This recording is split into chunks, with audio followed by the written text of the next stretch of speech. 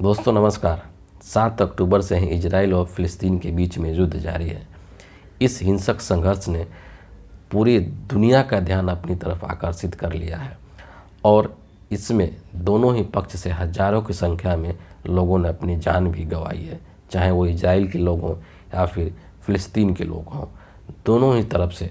लोग जो है वो इस हिंसा का शिकार हो रहे हैं और इस हिंसा को लेकर के समय समय पर दुनिया के अलग अलग देशों के द्वारा या फिर देश के नेताओं के द्वारा बयान दिया जाता रहा है। वो अपना स्टैंड जो है वो बताते रहते हैं अपने स्टेटमेंट के माध्यम से, और इसी कड़ी में एक नया नाम जुड़ गया है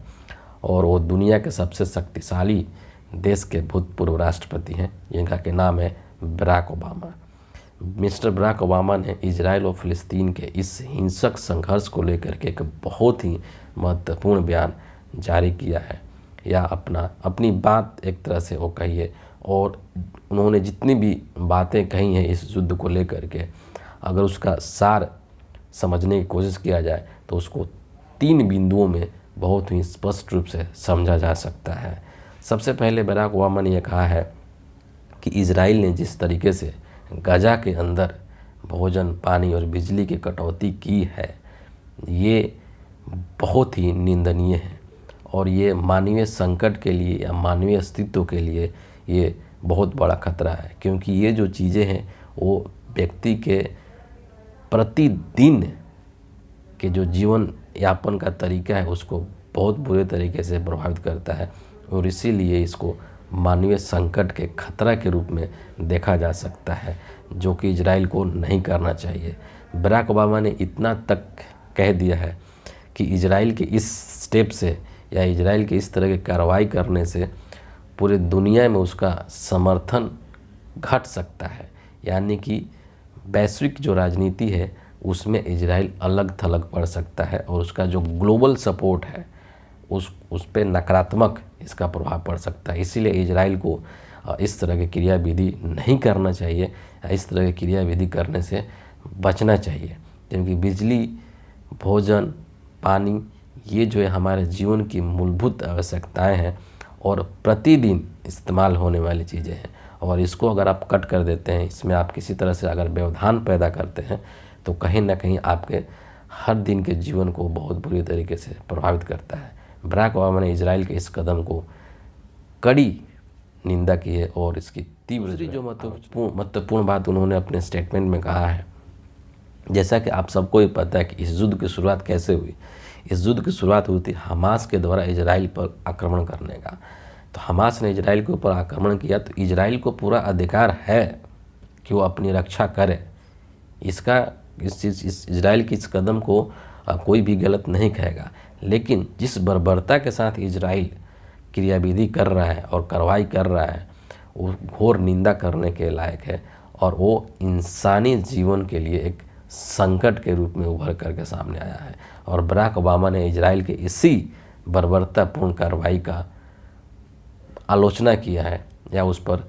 तीखा एक तरह से प्रहार किया है और इजराइल को इन्होंने एक तरह से सबक भी देने का काम किया है कि इजराइल को इस तरह से चीज़ें नहीं करनी चाहिए, इस तरह की हरकत। तीसरी जो महत्वपूर्ण बात है, जो कि बहुत ही दूरदर्शी ही बात है एक तरह से, क्योंकि हम सब जानते हैं कि जो युद्ध होता है वो किसी के लिए फ़ायदेमंद नहीं होता है और किसी भी समस्या का समाधान युद्ध नहीं होता है। बराक ओबामा ने भी इसी बात के ऊपर ध्यान आकर्षित करने का कोशिश किया है और उन्होंने कहा है कि इस युद्ध में या दुनिया के किसी भी युद्ध में जो नुकसान होता है वो सामान्यतः आम नागरिकों का होता है। जो सीधे साधे जो लोग हैं, जो जिनका कि इस तरह की चीज़ों से कोई वास्ता नहीं है, उन्हीं को नुकसान होता है, आम नागरिकों को नुकसान होता है। तो इस तरह की चीज़ों से बचना चाहिए। दुनिया का हर देश को इस तरह की कार्रवाई करने से बचना चाहिए और ये जो है एक तरह से संकट है और लोगों को या देशों को एक संयमित होने का परिचय देना चाहिए, खुद के ऊपर संयम रखना चाहिए ताकि इस तरह का मानवीय संकट पैदा नहीं हो सके जो कि अभी हुआ है। इसके बाद आपकी जानकारी के लिए मैं बता दूं कि जब बराक ओबामा अमेरिका के राष्ट्रपति थे तो उस वक्त भी ओबामा प्रशासन या अमेरिका प्रशासन की तरफ से इजराइल और फ़िलिस्तीन के बीच में शांति वार्ता के लिए पहल किया गया था, यानी कि दोनों के बीच में शांति रहे, सुलह रहे, इस चीज़ का कोशिश ओबामा प्रशासन की तरफ से किया गया था, लेकिन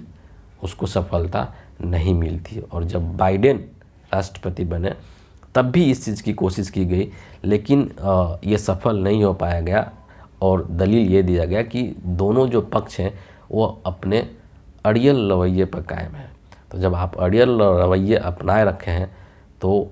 उस बीच में किसी भी तरह का